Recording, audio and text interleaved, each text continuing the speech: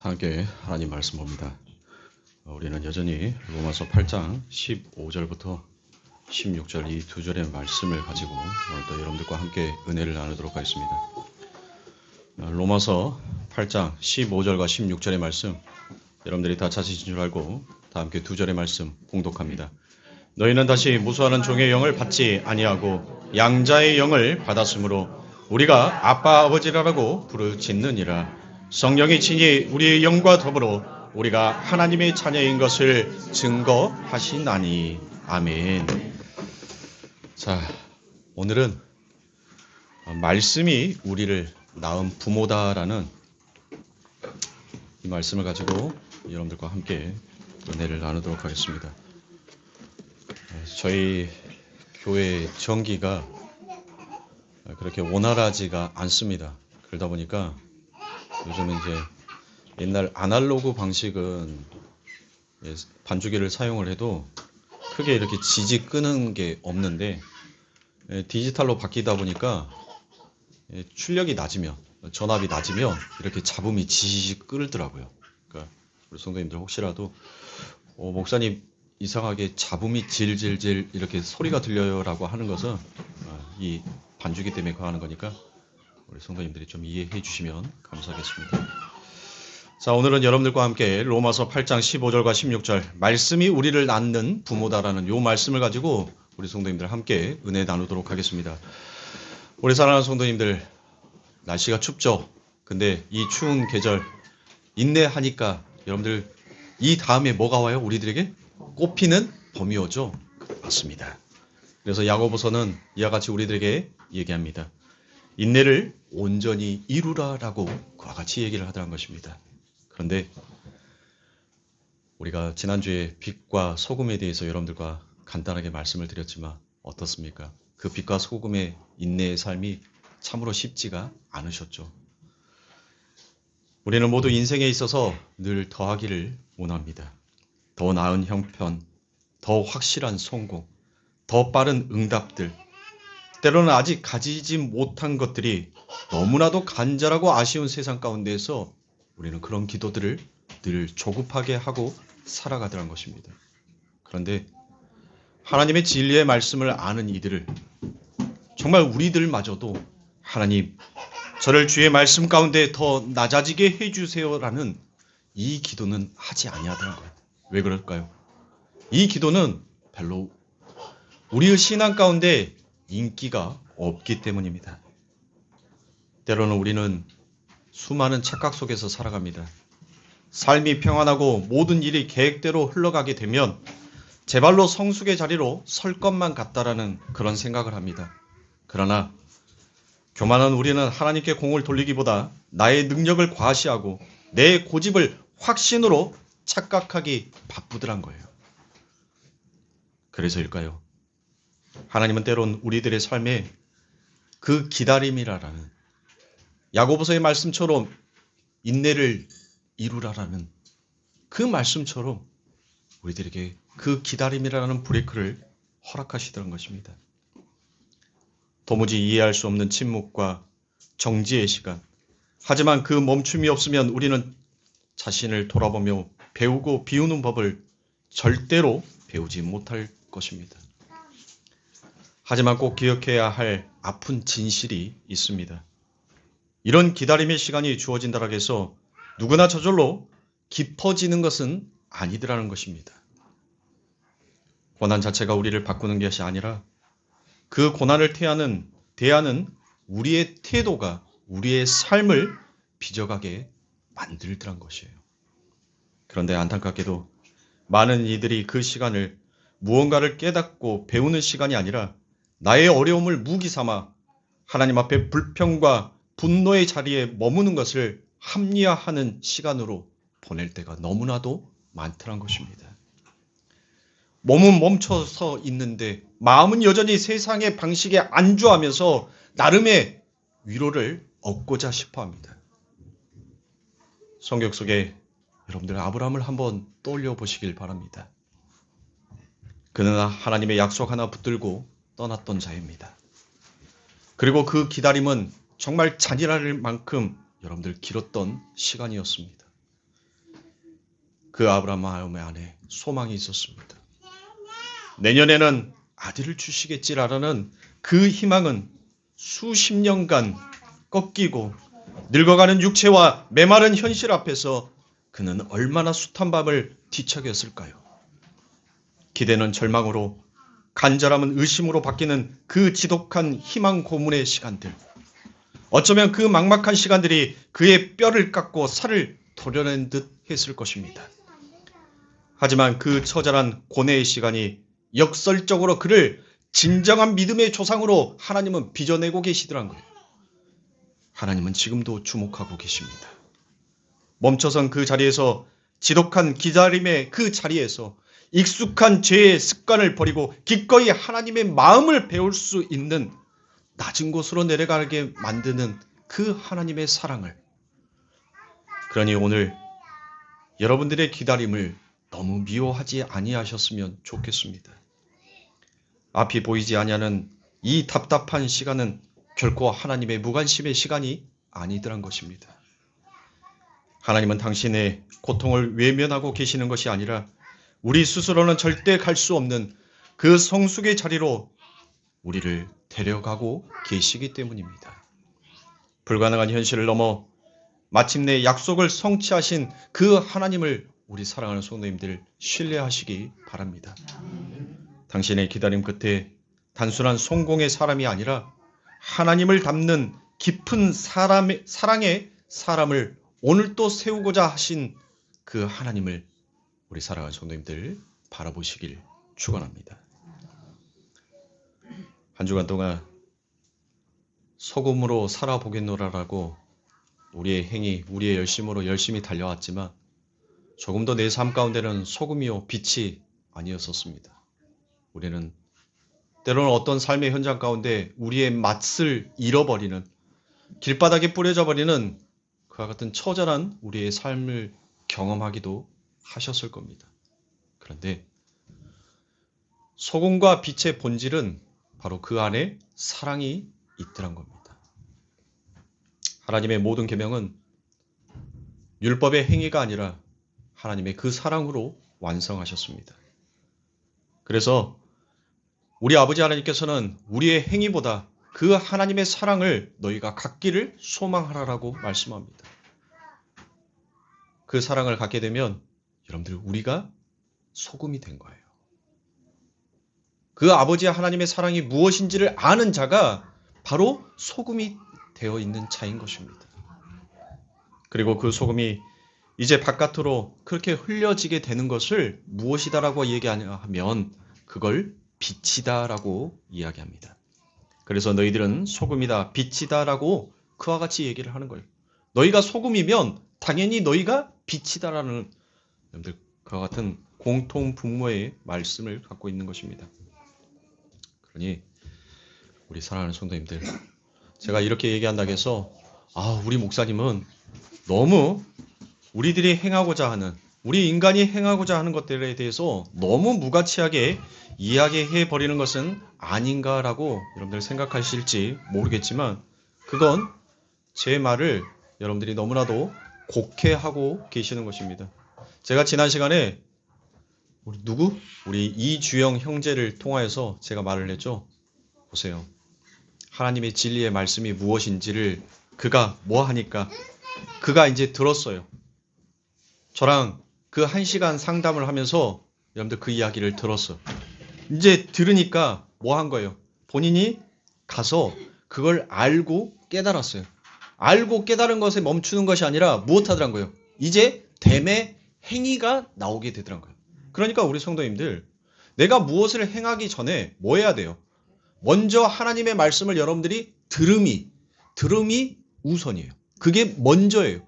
그 하나님의 말씀을 듣고 이제 내 안에 계시는 그 성령으로 인하여서 그 진리의 말씀을 깨닫게 된 자는 내 삶 가운데서 뭐 하게 되어 있어요? 그 행위가, 그 됨이 반드시 나오게끔 되어 있어요. 그게 여러분들 너무나 당연한 거예요. 그런데 그걸 행위를 했다라고 말하지 않는다니까요. 그러나 오늘날 교회는 그걸 내가 행했다라고 얘기를 해요. 뭘 행했는데? 하나님이 창조하지 아니하시고 하나님이 이 세상 가운데 만들지 아니한 것이 있다면 그러면 내가 하나님 앞에 행한 거죠. 근데 우리의 삶을 보세요. 우리가 걸어가는 이 1분 1초가 전부 다 하나님의 섭리 안에서 있더란 거예요. 내가 죄 짓는 것도 하나님의 섭리 안에서 있고 내가 하나님 앞에서 그 선을 행하는 그 행위조차도 하나님의 그 섭리 안에서 있더란 거예요.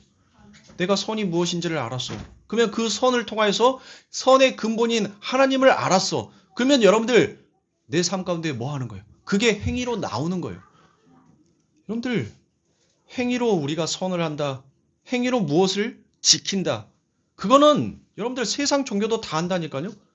오히려 행위의 종교는 불교가 더 열심히 해요. 힌두교, 여러분들 무슬림 애들 보세요. 걔들은 천하 없어도 뒤에서 포탄이 떨어진데도 자기가 믿는 그 신, 그 알라를 향하여서 여러분들 포탄이 떨어지고 총알이 날아오는데도 그 자리에서 그 기도하는 시간에 여러분들 그들은 기도한다니까요. 왜? 그게 자기가 섬기는 그 신에게 드리는 아름다운 참된 선의 행위다라고 그들은 믿기 때문에.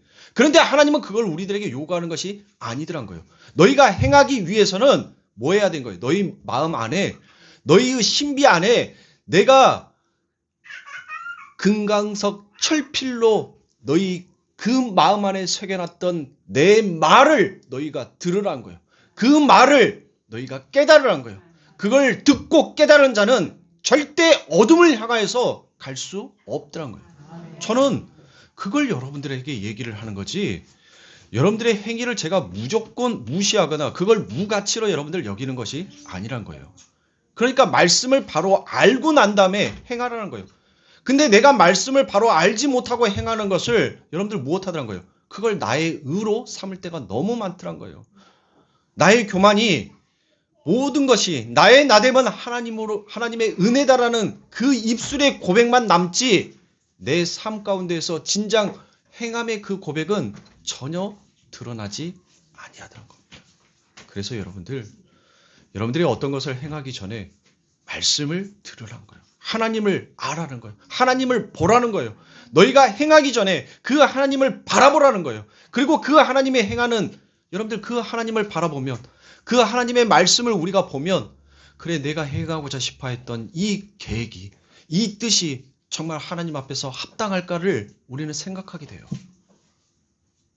근데 하나님의 말씀이 없으면 내가 가지고 있는 참된 선으로, 내가 가지고 있는 그 선악의 구조로 여러분들 판단을 하고 옳고 그름 안에서 내가 먼저 행하고 있더란 거예요. 그거는 여러분들 하나님 앞에 있어서 전부 악이 되는 겁니다. 그러니까 그렇게 내가 주의 말씀을 듣고 내가 그 말씀이 무엇인지를 내가 깨달았어. 아, 진짜 생명은 내 밖에 있는 것이 아니라 내 안에 있는 거구나라는 것을 깨달은 자는 여러분들 뭐예요? 죽음조차 두려워하지 아니하게끔 되어 있습니다. 여러분들, 그러면 우리가 그렇게 듣고 깨닫고 알게 되었어. 내 삶 가운데 그 죽음이 두려워하지 아니하는 자로 내가 이제 서게 되었어. 그럼 여러분들 이걸 누려야 될 거 아닙니까? 어떻게 누리실 거예요? 여러분들? 내가 하나님의 말씀을 듣고 내가 그 진리를 깨달았네? 그리고 내 삶 가운데 그 죽음조차 두렵지 않다라는 그 행위가 내 안에서 이제 내 밖으로 나왔네? 그러면 여러분들 뭐 하는 거예요? 그걸 어떻게 누리냔 말이에요. 그 누리는 것은 여러분들 달리 누리는 거 아니에요. 우리는 예수 그리스도를 이 교회의 머리로 한 지체잖아요. 이 지체가 나누는 거예요. 주의 말씀을 듣고 주의 말씀으로 깨달아서 내가 뭐 하는 거예요? 그걸 나누는 거예요. 하나님의 말씀을 보니까 내 안에, 내 밖에 있는 것이 나를 생존하게 하는 것이 아니라 내 안에 있는 것이 나를 살게 했다라는 것을, 그걸 나누는 거야. 이게 삶이지. 이게 인생이지. 이게 사는 거지. 이게 생명이지. 여러분들 그렇게 나누는 거. 우리는 거기까지 가야 되는 거예요. 거기까지. 그런데 여러분들 무엇합니까? 듣고 알았어요. 그런데 이제 내 마음대로 살겠다. 내가 아무렇게 살아도 하나님은 나를 천국 보내주실 거니까 나는 아무렇게도 살아도 된다. 그 알매 그치는 것을 여러분들, 우리는 그걸 영지주의다라고 이야기합니다. 이거는 율법주의보다도 더 무서운 거예요. 율법주의는 그래도 하나님의 말씀 앞에 올바로 행하려는 그 행위라도 있지. 근데 지식은 여러분들 넘쳐나요. 근데 그 지식으로 행함이 없고 거기에서 그쳐버리면 그걸 영지주의자다라고 이야기하는 거예요. 왜 오늘날 이 교회들이 이렇게 타락하고 급격히 여러분들 오늘날 그 순교자의 피로 세워진 그 하나님의 은혜로 세워진 이 대한민국의 교회들이 그렇게 무너져 가냔 말이에요. 알매에서 그쳐버리니까. 자신의 삶 가운데 그 알미 소금과 빛으로 이 세상 가운데 드러나야 되는데 알매에서 그치는 거예요. 그냥 들음에서 끝나는 거예요. 듣고 난 다음에 끝나서 그 말씀이 내 삶 가운데 무엇을 말씀하고 있는지를 깨닫지 못하니까 그러니까 내 삶 가운데서 내가 세상 가운데서 소금도 빛도 나오지 않는 거예요. 그건 무서운 겁니다, 여러분들. 이건 정말 무서운 거예요. 이게 바로 사탄이 하나님의 말씀 앞에 다가서지 못하게 하는 괴략인 거예요. 여러분들이 정말 주의 말씀을 읽고 그 말씀으로 깨달아지게 되면 여러분들 반드시 우리의 삶에는 그 하나님을 향한 그 손깃이 올라가게끔 되어 있습니다. 마라나타 다시 오실 나의 예수여. 마라나타 다시 오실 나의 주님이시여라고 우리는 우리의 두 손을 우리의 부끄러움을 감추는 데 사용하는 것이 아니라 우리의 진짜 부끄러움은 내가 하나님을 찬양하지 아니하였던 썩어버린 나의 영혼이었다는 것을 아는 자는 나의 이 세상의 치부를 감추는 것이 아니라 나의 그 치부를 드러내고 그 치부를 감추어 주실 그 하나님을 여러분들 무엇하는 거예요? 소리 높여 찬송하게 되어 있는 거예요. 그러니 우리 성도님들 거기까지 가셔야 합니다. 이게 바로 우상숭배예요. 이게 하나님보다도 더 나를 사랑하는 죄악된 신앙생활을 갖고 있는 우상숭배란 말이에요. 그러니 이 우상숭배에서 우리 성도님들 벗어나셔야 합니다. 우리가 지난 시간에 누가복음 8장의 말씀, 그 씨 뿌린 자의 비유를 통하여서 여러분들과 함께 말씀을 나누었습니다. 그런데 누가복음 8장 16절에 가니 이제 그 씨가 100으로 결실이 되면 어떤 일이 벌어지는지를 여러분들 누가복음 8장 16절부터 18절의 말씀에서 이와 같이 말씀합니다. 누구든지 등불을 켜서 그릇으로 덮거나 평상 아래 두지 아니하고 등경 위에 두나니 이는 들어가는 자들로 그 빛을 보게 하려 함이라. 숨은 것이 장차 드러나지 아니할 것이 없고 감추인 것이 장차 알려지고 나타나지 않을 것이 없느니라.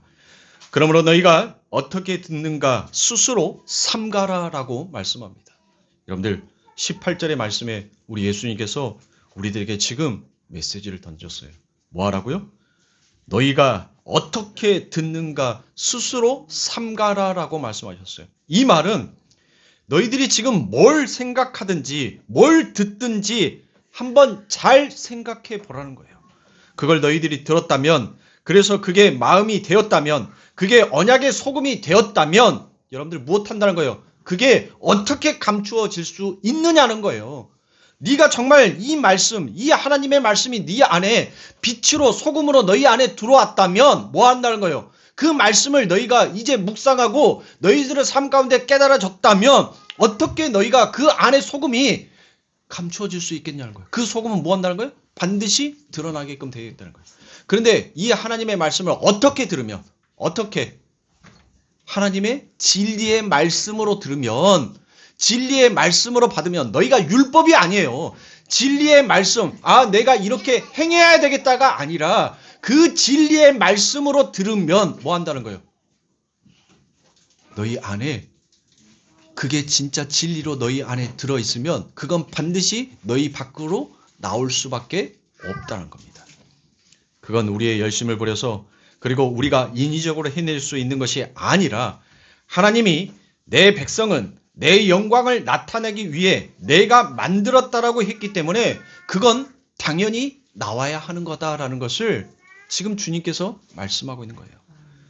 하나님의 그 열심히 생산해내는 당연한 결과 아무것도 안 해도 된다는 것이 아니라, 그러니 여러분들 무엇 하더란 거예요? 자꾸 교회 안에서 여러분들 교회만 왔다 갔다 해요. 때로는 어쩔 때는 인터넷에 앉아가지고 여기 조금 저기 조금 자기 안에 그 공허감을 메울 길이 없으니까 여러분들 이것 조금 저것 조금 자꾸 뒤지기만 하더란 거예요. 왜 그래요? 왜 그럴까요? 불안하니까 그래요. 내 안에 진리가 있다라는 것을 그 하나님께서 내 마음 안에 그 하나님의 말씀을 새겨줬다는 것을 내가 믿지 못하니까 불안한 거예요. 그러니까 늘 그 불안을, 그 공허감을 해소하기 위해서 여기 뒤졌다, 저기 뒤졌다. 그 말씀에 담겨져 있는 진리도 파악하지 못한 채 그냥 많이 듣기만 하면 아, 나의 불안은 해결될 거야 하고 여러분들 그렇게 착각하고 있는 신앙들. 여러분들 말씀은 영향력이 있어요. 말씀은 살아서 움직이는 아주 역동적인 것입니다. 정말 그 말씀이 무엇인지를 우리가 알면 그 말씀은 내 안에 들어와서 반드시 나의 죽어있는 부분을 도려내고 거기에 새 살을 돋게끔 그 말씀은 내 안에서 그 역할을 하는 거예요. 근데 그걸 내가 믿지 못하는데 어떻게 그 말씀이 내 안에서 그 하나님의 일을 하겠냔 말이에요.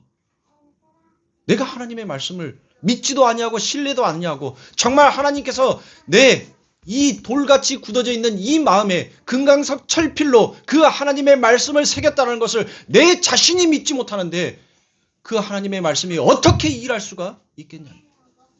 그러면서 입으로는 나는 주의 백성이다. 나는 천국 갈 수 있는 나의 백성이다. 여러분들 이스라엘 선민들도 다 그랬어요. 나는 하나님의 택한 백성이다. 그런데 하나님께서는 그 속에도 구원할 자만 구원하시더란 거예요. 모든 백성을 구원하는 것이 아니라 하나님을 진실대로 깨닫고 앉아 정말 하나님 앞에서 넙죽 엎드려서 하나님의 은혜 아니면 하나님의 이 생명 아니면 나는 살 수 없는 자를 여러분들 알고 하나님 앞에 무릎 꿇어 고백하는 자, 하나님은 그들을 거두시더란 거예요. 오늘 이 시대도 마찬가지입니다. 대한민국 인구 속에서 20%가 기독교인들입니다. 어마어마한 숫자죠. 그 어마어마한 숫자가 다 천국에 들어가는 것은 아닙니다. 하나님께서는 반드시 그 알곡이 그 하나님의 진리의 말씀을 깨닫게 하기 위해서 그 알곡 안에 수없이 많은 가라지들을 하나님은 심어 놓으셨어요. 그런데 그걸 깨닫지 못하니까 내가 알곡인지 가라지인지 구별을 못하니까 이리 휘청 저리 휘청하는 거예요. 내 안에 예수가 있다라는 그 믿음이 있으며 여러분들 저희는 절대 흔들릴 수 없습니다. 나는 알곡이야. 저 가라지들을 통하여서 하나님은 나를 정말 하늘의 상속자 그 아들로 하나님은 나를 우뚝 세우고 계셔. 나를 무너뜨리기 위해서가 아니라 나를 세우시는 하나님이다라는 것을. 그래서 생명에 있는 그 씨를 가진 자는 그 씨가 영향력을 미치게 되어 있습니다. 그걸 우리는 빛이다라고 얘기합니다. 그건 우리가 하는 것이 아니라 그 하나님의 독사, 영광이라 하겠죠. 그 영광이 나타나더란 것이에요. 그들은 말씀이라는 아버지와 어머니에 의해서 아들로 탄생이 되고 다시 자기를 아버지로 어머니로 낳아서 위급한 형제들에게 그 씨를 흘려주는 삶을 살아가게 되더란 것입니다. 그래서 그 등불 이야기 바로 밑에 어떤 이야기가 붙어 있습니까? 예수님의 어머니와 형제의 이야기가 여러분들 그 밑에 또 붙어 있더란 거예요. 그런데 여러분들 잘 나오다가 이제 그 밑에 붙어 있는 그 예수님의 모습은 어떤 모습으로 등장합니까? 저는 예수님을 늦게 영접했었고 교회를 늦게 다녔습니다. 하나님의 말씀도 진지하게 읽어본 적이 없었어요. 그런데 어느 날 문득 사복음서의 말씀을 읽은데 저는 유교 사상에 굉장히 쩌들어 있는 사람이었어요. 유교적 사상. 인의의지가 저는 굉장히 반듯했었고 그게 사람이 살아가야 되는 가장 아름다운 덕목이다라고 저는 그걸 인생의 저의 모토 가장 중심에 세워놓고 살아왔던 사람이었었습니다. 그런데 하나님의 말씀을 읽는데 어떤 생각이 들었을까요? 아마 어떤 목사님도 이렇게 표현하는 사람은 없었을 겁니다. 아니 잘 읽고 내려가는데 느닷없이 이 예수가 싸가지 없는 예수로 등장을 하더란 거예요. 여러분들 그런 생각 안 했어요? 아 나만 생각했나? 이런 버르장머리 없는 이런 에이라라고는 눈꼽만치도 찾아볼 수 없는 이런 싸가지 없는 예수가 왜 갑자기 여기에서 등장하지? 여러분들 의아했어요. 그리고 읽었습니다. 씨 뿌린 자의 비유, 등불의 비유, 그리고 난 다음에 이어지는 것이 싸가지가 없는 예수. 그 다음에 등장하는 것이 바로 돼지의 이야기입니다. 그렇게 씨를 가진 자는 반드시 등불이 되어 그 소금을 흘려주게 되어 있다라고 여러분들에게 말씀을 드렸죠. 바로 그 언약을 흘려주는 거예요. 그 사랑을 흘려주는 거예요. 그게 바로 온전한 자의 삶이다라는 것을 이야기합니다. 그게 내가 진리로 다른 일을 낳은 거다. 그리고 그게 바로 내가 나를 낳았다라고 얘기합니다. 그래서 새로운 나, 사도 바울이 무엇이다라고 얘기합니까? 나의 나 된 것은 하나님의 은혜로 된 것이다라고 했었을 때 그 나가 바로 나를 낳은 거예요. 그 나가 나를 낳은 거라니까요. 그리고 그렇게 위급한 상황에 있는 자, 그 자에게는 그 위급한 그가 필요한 그걸 여러분들 무엇해요? 전해주어 그를 나의 반열로 끌려 올리는 게 히브리 사람들에게 있어서는 그걸 가르쳐 형제다라고 이야기하는 겁니다. 그걸 가르쳐서 형제라 하는 거예요. 그러니까 위급함에 놓여 있는 그 형제를 무엇하는 거예요? 외면하는 거. 그거는 그 안에 뭐가 없다는 거예요? 하나님의 언약이, 사랑이 없다라는 거예요. 그러니까 여러분들 예수님의 비유 속에서 밤늦게, 아주 밤늦게 친한 벗이 자기에게 꾸려왔었을 때 뭐 하더란 거예요? 주더란 거예요. 주더란 거. 그게 형제니까. 그가 오직이 급했으면 이 시간에 이 문을 두드려서 나에게 도움을 요청했을까? 그래서 그들은 뭐 하는 거예요? 그걸 흘려주는 거예요. 왜? 나는 하나님의 선민, 나는 하나님의 백성. 그러니까 나는 반드시 내가 이것을 가지고 있는 자니까 그걸 나는 드러내야 한다라는 것을 그걸 보여주는 거라니까요. 근데 그들의 행위는 하나님의 말씀의 사랑의 행위가 아니라 그냥 인간의 육신의 율법의 행위가 그에게 가는 거예요. 그러니까 그 끝에 여러분들 아름다운 하나님의 말씀으로 완성이 되지 못하지 않습니까? 지금 그 예수님이 씨 뿌린 자의 비유, 등불의 비유로 무엇을 설명해 주는데 마침 어머니와 형제가 왔어요. 내가 이걸로 진리를 다시 한번 너희들에게 설명해 줄게 라고 이야기합니다. 누가 내 어머니고 누가 내 형제냐라고 그와 같이 예수님께서 얘기를 한단 말이에요. 여러분들 이 부분이 이해가 가셨어요? 저는 이 부분 때문에 욕을 했다니까요. 예수에게.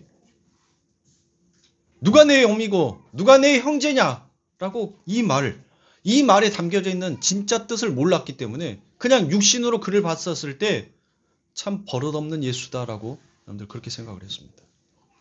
그런데 그 위에서부터 쭉 내려오는 모든 말씀의 전개를 보니까 예수님께서 설명하고자 싶어하는 것은 바로 그게 아니었다는 거예요. 그 진리가 내 안에 그 씨로 왔다면 그게 바로 무엇이 된다는 거예요?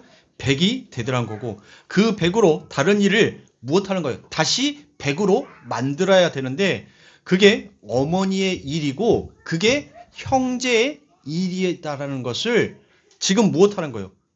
내 앞에 있는 내 육신의 어미와 내 동생을 놓고 예수님께서는 말씀하는 거예요. 그거를. 자, 그들이 그 말씀을 듣고 그것을 마음으로 가진 그들이 바로 내 어미요 형제다라고 이야기하는 것입니다. 누가복음 8장 19절부터 20절입니다. 예수의 어머니와 그 동생들이 왔으나 무리를 인하여 가까이 하지 못하니 어떤 이가 알리되 당신의 어머니와 동생들이 당신을 보려고 밖에 서 있나이다 라고 말씀합니다.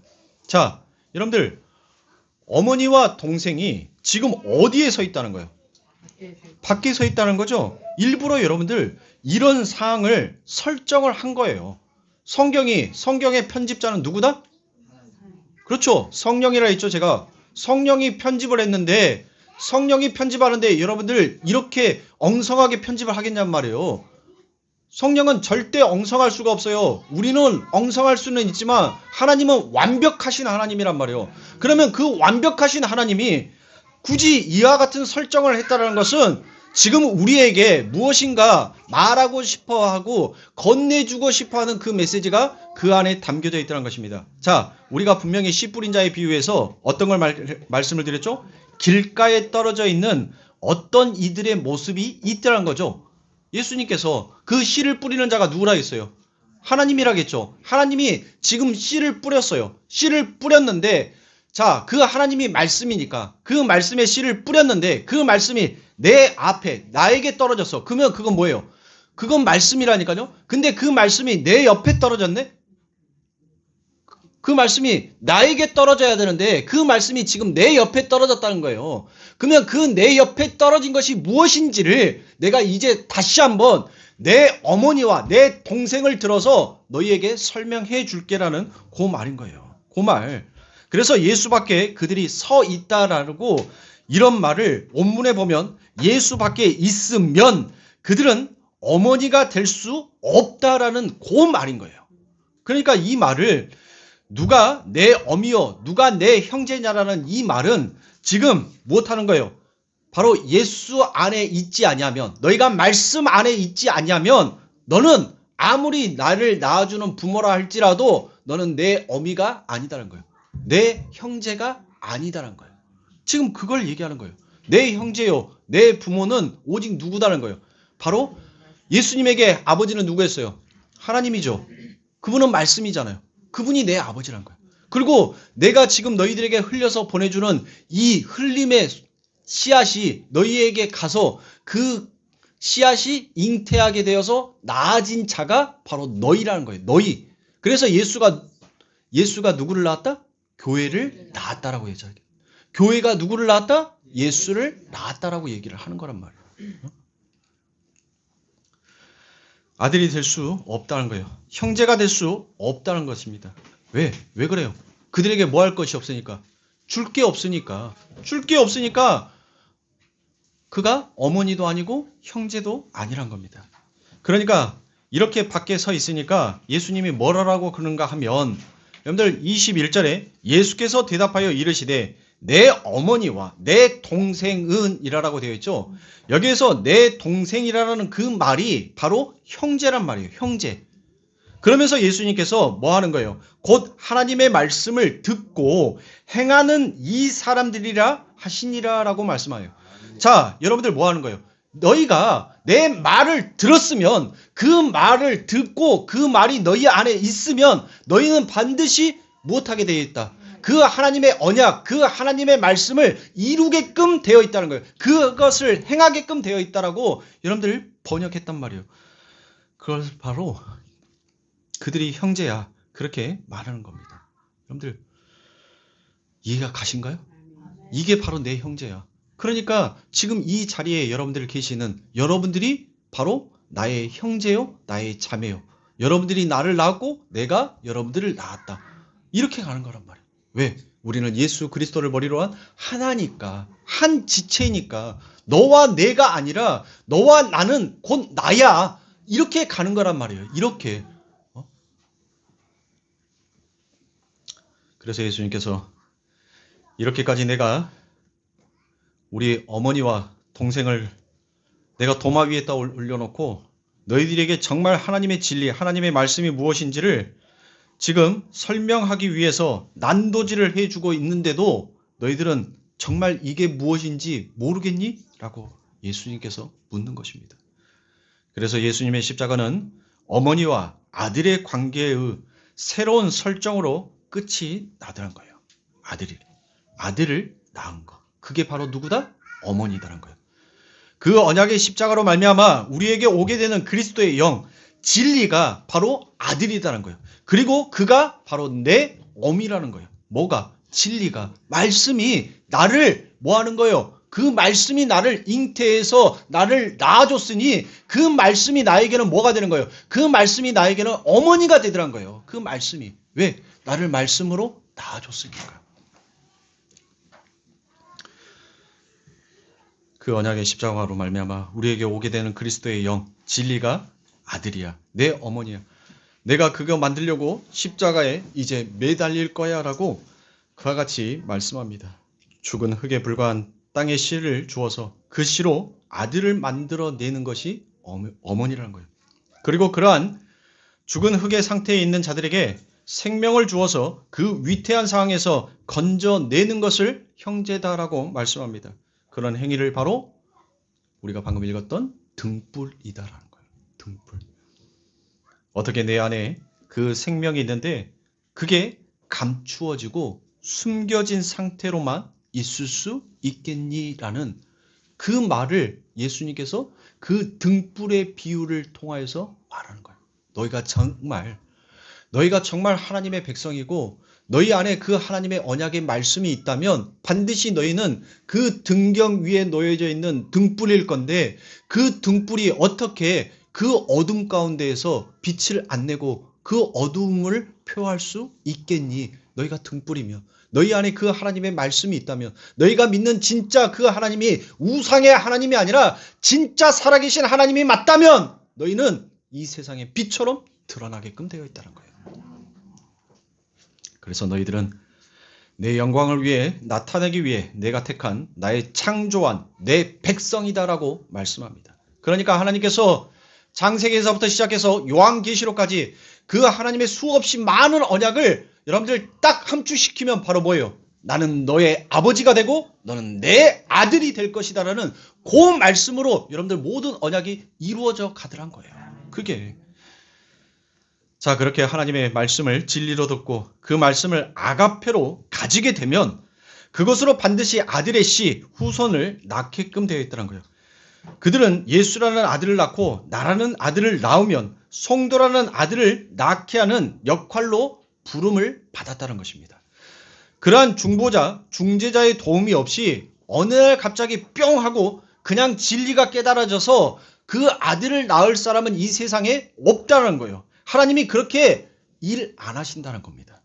그래서 그들이 어머니이고 그들이 형제라고 그와 같이 얘기합니다. 바울은 그렇게 아들을 낳은 그 어머니를 이렇게 설명합니다. 갈라디아서 4장 21절부터 31절의 말씀입니다. 내게 말하라 율법 안에 있고자 하는 자들아 율법을 듣지 못하였느냐. 자, 이 말이 무슨 말이에요? 율법 아래에 있고자 하는 자들아, 이 세상의 종들아, 무서워하는 영을 받은 자들아, 종의 영을 받은 자들아 라는 요 말인 거예요. 요 말, 율법 안에 있고자 하는 자들아, 율법을 듣지 못하였느냐라는 이 말은 바로 그 율법 아래 있고자 하는 자들아, 이 세상의 종들아 라는 그 하나님의 말씀인 겁니다. 그러면 율법 아래 있고자 하는 자들이 여러분들 뭐 하더란 거예요? 그들이 무서워서 그거라도 안 하면 무서우니까 뭐 하는 거예요? 호보스, 오늘 본문에 그들이란 거예요. 그들.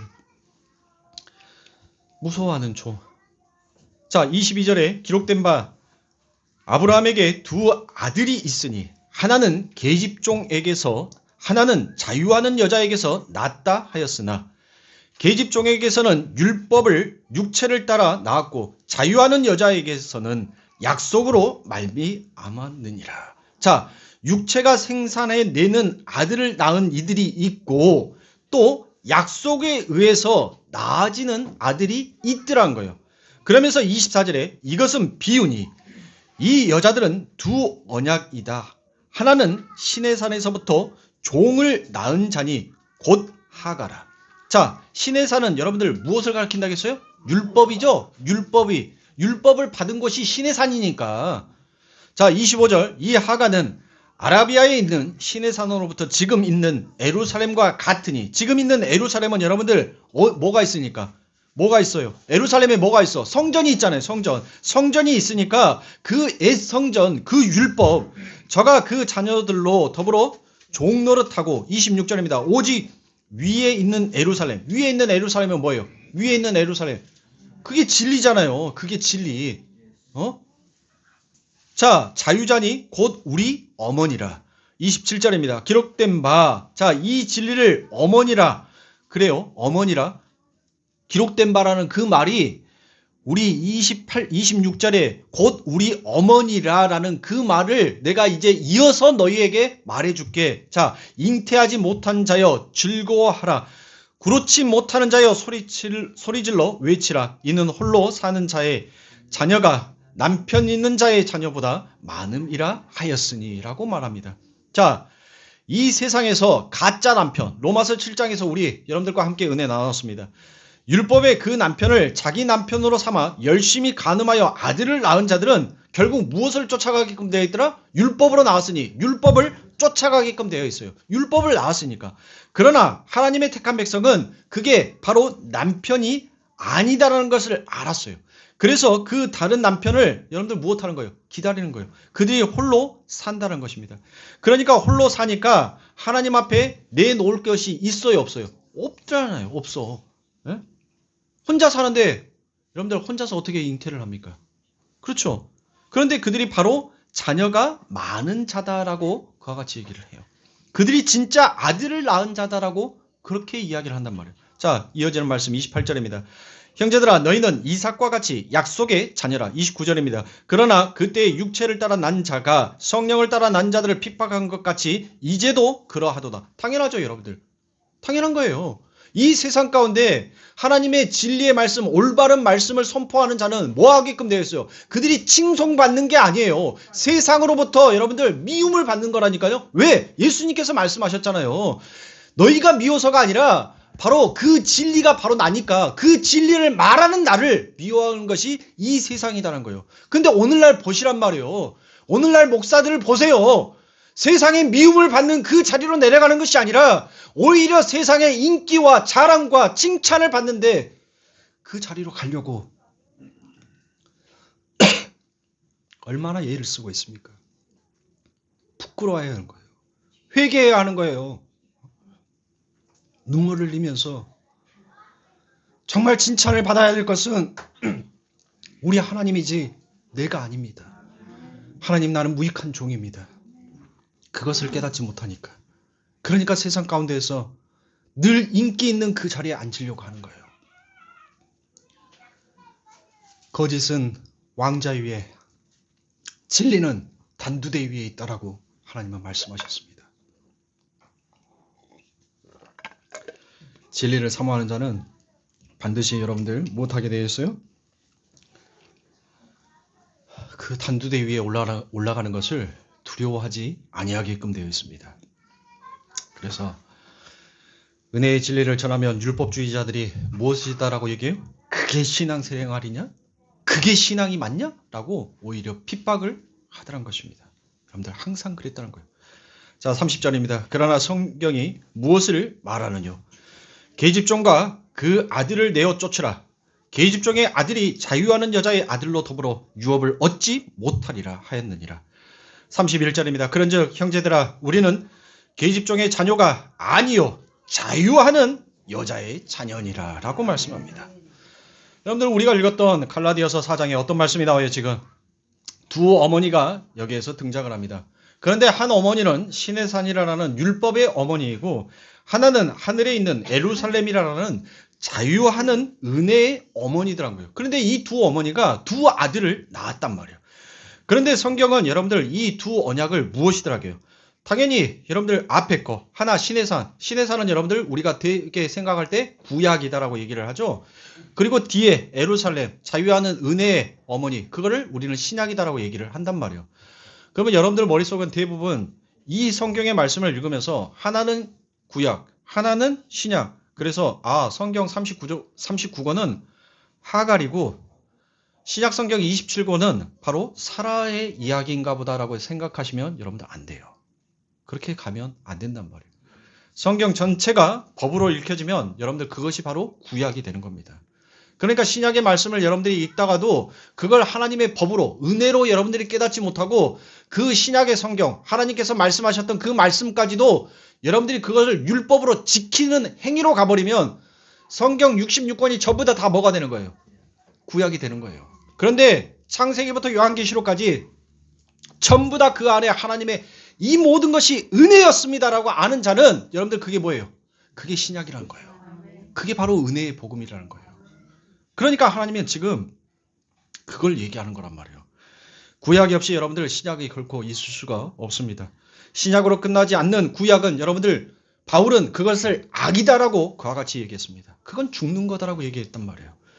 그럼 당연히 여러분들 구약은 있어야 될 거 아닙니까? 그렇죠. 구약이 있어야지 신약이 있는 것이니까 그 율법을 통하여서 내가 은혜가 무엇인지를 아는 거니까 그렇죠.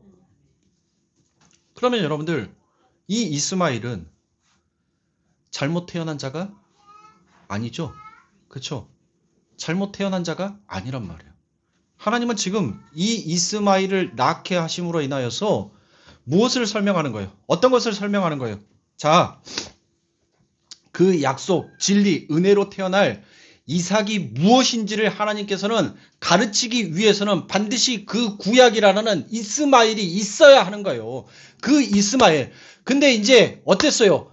하나님께서 그 아브라함에게 이제 진리가 무엇인지, 그 하나님의 말씀으로 낳은 것이 무엇인지를 그 아브라함에게 줬어.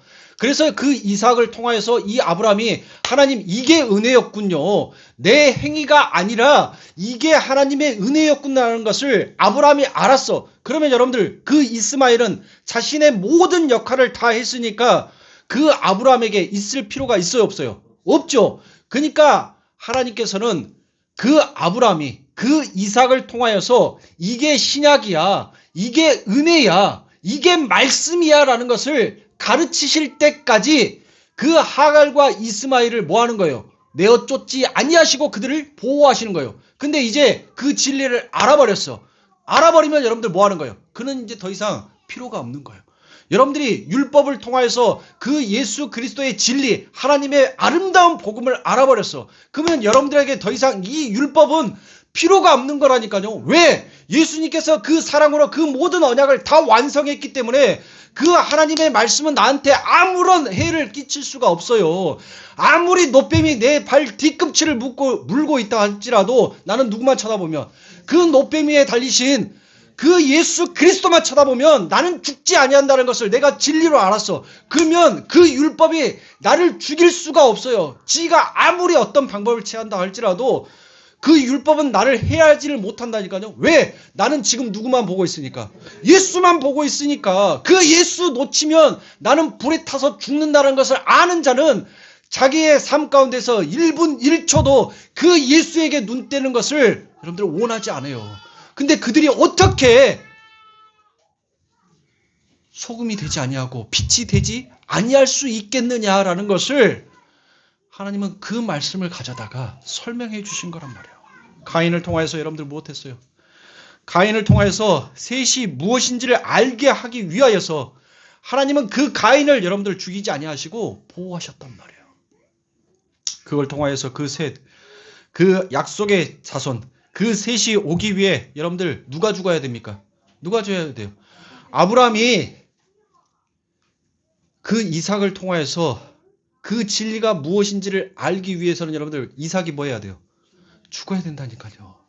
이삭이 그 모리아 산에서 그 죽음을 당해야 돼요. 그렇게 죽어야지만이 뭐 하는 거예요? 아, 이게 진리였구나. 이게 하나님의 은혜였구나라는 것을, 이 은혜가 없으면 나는 죽은 자와 같은 거구나라는 것을 알 수 있으니까, 그러니까 하나님은 그 이삭을, 백에 난 이삭을, 아들로 완성한 그 이삭을, 말씀으로 낳은 그 이삭을 그 하나님의 말씀에 산 그곳에서 죽이는 거예요. 그리고 그를 말씀으로 가르치더란 거예요.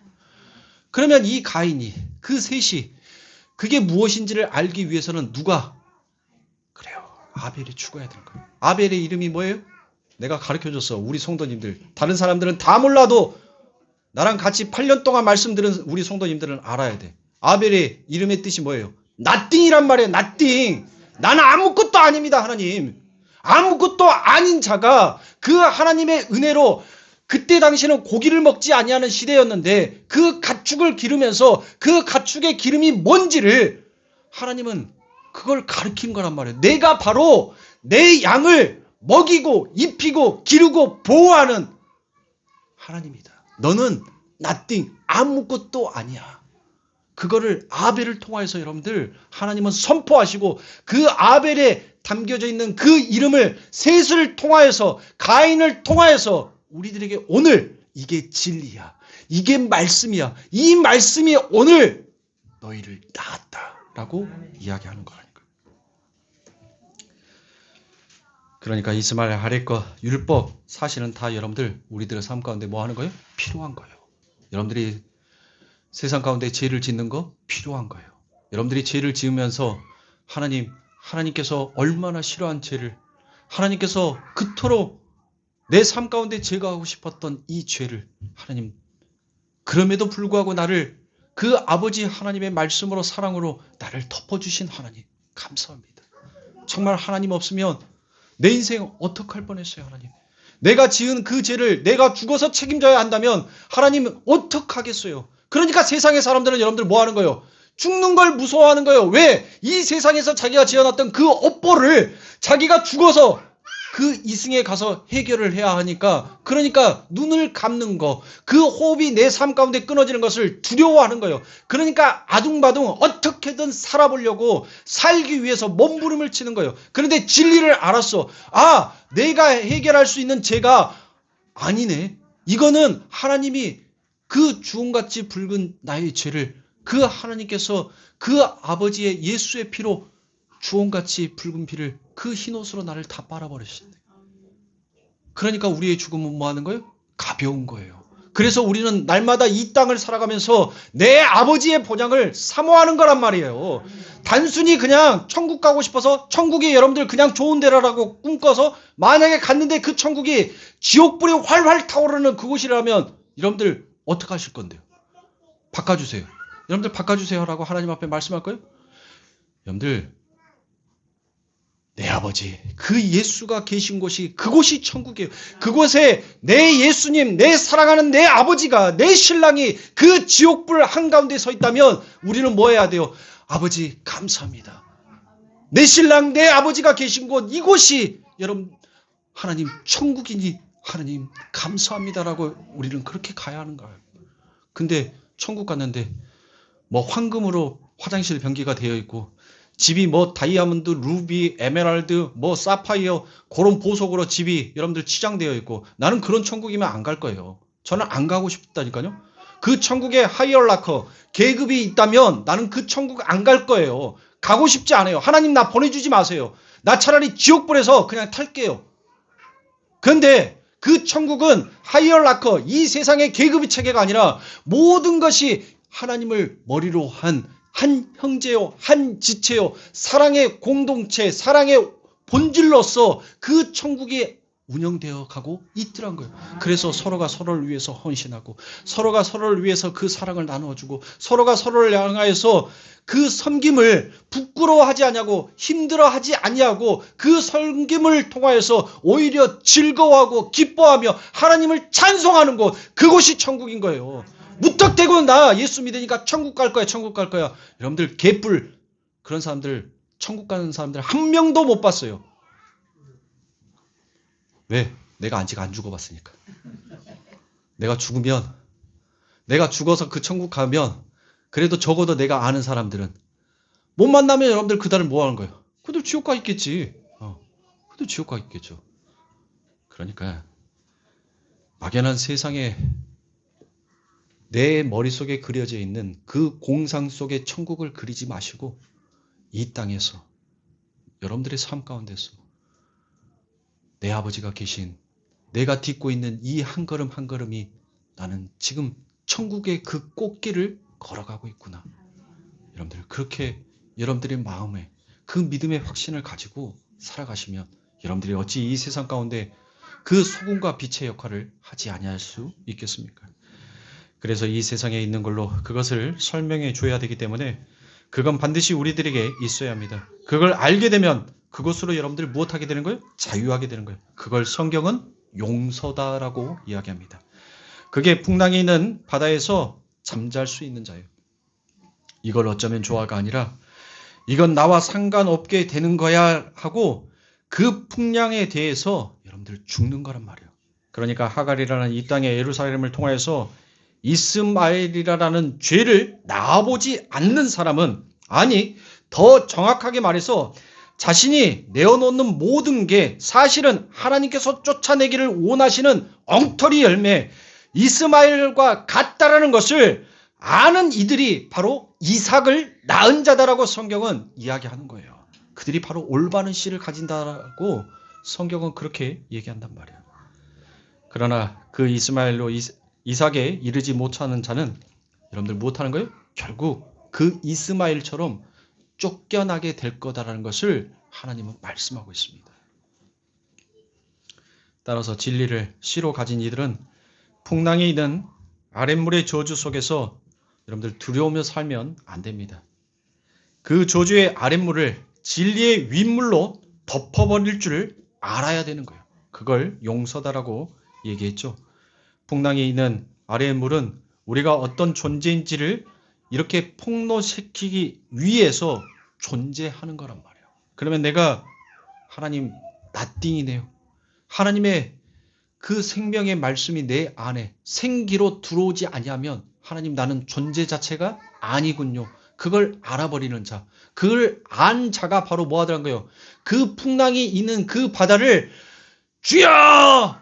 이 바다를 잠잠하게 해주시옵소서라고 하는 것이 아니라 그 바다를, 그 무서움의 바다를 딛고 일어서더란 거예요. 그러니 여러분들의 삶 가운데에서 닥쳐오는 그 어려운 숱한 어려움들, 숱한 고난들을 하나님 이것을 이겨내게 해주시옵소서가 아니라 하나님은 뭐 하는 거예요? 네 안에 진짜 생명이 있다는 것을 알면 그걸 딛고 일어서라는 거예요. 그걸 밟고 일어서라는 것입니다. 근데 우리는 밟지 못하잖아요. 우리는 밟을 힘도 없잖아요. 그러니까 넘어지는 거예요. 그래서 이 땅에서는 여러분들 우리가 늘 애통해하며 눈물 흘리며 곡할 수밖에 없는 거예요. 그 과정을 겪어야지만이 진짜 내 아버지 그 집이 눈물 흘리지 아니하고 곡하지 아니하고 그 아버지 집에서 내가 즐거이 찬송할 수 있는 자다라는 것을 아는 자만 하나님 앞에 온전한 순종을 예수 그리스도의 그 순종을 하나님 앞에 올려드릴 수 있는 거예요. 그러니까 내 것이 이 세상 가운데 이 아랫물에 의해서 철저하게 다 털려야 되는 거예요. 철저하게. 내가 걸치고 있는 지금까지 내 인생을 살아오면서 내 삶의 방식이 주의 말씀에 의해서 벌거벗게 다 벗겨져야 된단 말이에요. 여러분들 아브라함과 하하가 그 에덴이란 동산지기에서 여러분들 부끄러웠을까요? 성경 어느 말씀에도 여러분들 그들이 옷을 입고 돌아다녔다라는 이야기는 한 구절도 찾아볼 수가 없어요. 그들이 자기의 자신을 위해서 살고자 했었을 때 하나님의 생명이 그들에게 끊어졌을 때 그게 부끄러움이라는 것을 하나님은 말씀하셨단 말이에요. 그 전까지는 벌거벗는 것이 부끄러움인지를 몰랐어요. 이게 생명이니까 이 부끄러움보다 이 생명이 더 귀한 것을 아는 자는 여러분들 그 부끄러움에 짓눌려 살지 아니한단 말이에요. 그래서 성경은 그 풍랑의 정체, 아랫물에 그 풍랑이 있는 바다의 정체, 림네의 정체를 에레미야 31장 35절에서 이와 같이 얘기합니다. 나 여호와는 해를 낮에 빛으로 주었고 달과 별들을 밤에 빛으로 규정하였고 바다를 격동시켜 그 파도로 소리치게 하나니 내 이름은 만군의 여호와니라 내가 말하노라라고 말씀하셨습니다. 바다를 격동시켜서 아래의 것으로 풍랑을 우리에게 경험하게 하는 건 하나님이 너희들에게 뭘 소리치고 싶어서 너희들에게 그렇게 말하고 있는 것이 아니라는 거예요. 들으라는 거예요. 그러면 그걸로 그 말을 들으면 여러분들 된다는 것입니다. 그러니 우리 사랑하는 성도님들, 여러분들의 삶 가운데서 하나님 왜 내 삶 가운데 이 고난 거두어가지 않습니까? 왜 나를 이 눈물 흘리는 바닷속에서 하나님 나를 두십니까? 라고 여러분들 그렇게 하나님 앞에 이야기하는 것은 마치 제자들이 주님을 일깨우며 당신이 이 바다를 잠잠하게 해서 우리를 살려주는 것이 그게 신앙 아닙니까? 그게 당신이 해야 할 일 아닙니까? 라고 해서는 아니 된다는 거예요. 우리가 그렇게 부르짖을 때마다 여러분들 우리 예수님은 우리들에게 뭐라고 얘기한단 말이에요? 뭐라고 얘기해요? Where is your? 네 믿음 어디 있어? 내가 그토록 너에게 너희 심정에 심어줬던 그 믿음 너 어디 있어? Where is your? 너 믿음 내놔. 네가 그토록 말했던 그 네 입술에 있었던 그 믿음 한번 내놔봐 라고 얘기한단 말이에요. 하나님은 우리들에게 그걸 원하신 것이 아닙니다. 하나님 이 고난을 이 성난 파도를 하나님 내가 굳건히 밟고 일어서서 주님의 손을 잡을 수 있는 믿음을 허락하여 주시옵소서라고 우리 아버지 하나님은 오늘 우리 자녀들에게 외치고 계십니다. 그러니 우리 사랑하는 성도님들 또 한 주간을 살면서 많이 넘어지실 거예요. 그럴 때마다 정말 진리의 말씀인 우리 예수님을 붙드시고 그 예수님 안에서 여러분들 살아가십시오. 우리 예수님은 스타로스 바로 그 십자가에서 우리를 낳기 위하여서 그 예수님은 돌아가셨습니다. 그 예수님의 돌아가심으로 인하여서 이제 우리에게 그 진리, 그 율법이 무엇인지를 그 예수의 죽음을 통하여서 이제 율법을 알 수 있는, 진리를 알 수 있는 그 문을 열어주셨단 말이에요. 그러니 우리 사랑하는 성도님들 정말 그 하나님의 말씀 가운데서 승리하실 수 있는 여러분들이 되시길 정말 축원합니다. 그러니 우리 성도님들 승리하시고 그 어떤 여러분들의 고통이 여러분들에게 찾아온다 할지라도 나는 죽지 않는 자다. 누구만 바라보면 예수만 바라보면 그러면 여러분들 예수를 어떻게 바라보실 거예요? 한 주간의 삶 동안 예수를 어떻게 바라보실 거예요? 맨 십자가만 걸어져 있는 십자가만 바라보면 여러분들 그게 예수를 바라보는 겁니까? 아니라는 거예요. 여러분들의 삶 가운데서 허락되어진 주어지는 그 짧은 시간이라도 하나님의 말씀 한 구절이라도 읽고 그 말씀을 붙들고 그 말씀을 바라보면서 사는 것이 곧 말씀으로 이 땅에 오신 예수를 붙들고 사는 삶인 것입니다. 그러니 우리 성도님들 흔들려도 돼요. 넘어지셔도 돼요. 많이 넘어지세요. 많이 부서지세요. 그리고 많이 여러분들 자신에게 실망하세요. 그래도 좋아요. 왜? 우리 아버지 하나님은 여러분들을 포기하고 계시지 아니하니까. 그러니까 여러분들이 어떤 죄를 짓더라도 하나님의 사람은 죄를 지을 수가 없어요. 하나님께서 그 길을 또 허락하시지도 않지만 그러나 연약하고 나약한 인생이다 보니까 때로는 내가 그어놨던 그 선 때문에 내가 넘어질 때가 있어요. 넘어지셔요. 그러나 다 좋아요. 다 좋습니다. 여러분들의 마음속에서 그 예수만 버리지 마세요. 그리고 이 세상 가운데 다 경험하세요. 모든 것들을 경험하고 하나님 여기가 돼지 우리였군요 라는 거 그것만 알고 그래 이제 내 아버지 집으로 가자. 내 아버지 집으로 가자.